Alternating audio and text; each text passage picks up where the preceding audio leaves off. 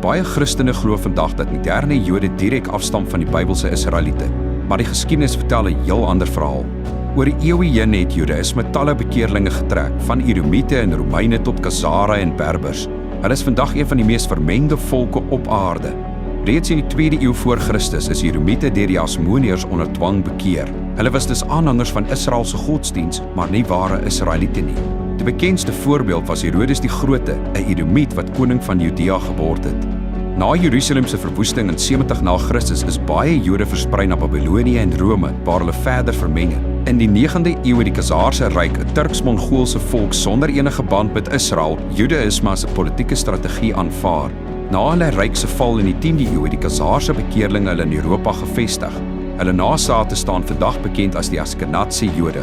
Hierdie feite bedreig moderne Israel se aanspraak op Palestina direk. Daarom word historiese soos Shlomo Sant en Eran Elaik so fel aangeval. Die Jode van vandag hou min verband met die Bybelse Israeliete.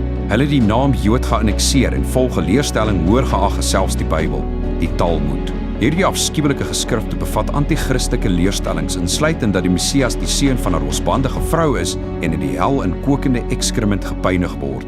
In Openbaring lees ons hierdie waarskuwing: Ek gee jou uit die sinagoge van die Satan, van die wat sê dat hulle Jode is en dit nie is nie, maar lieg.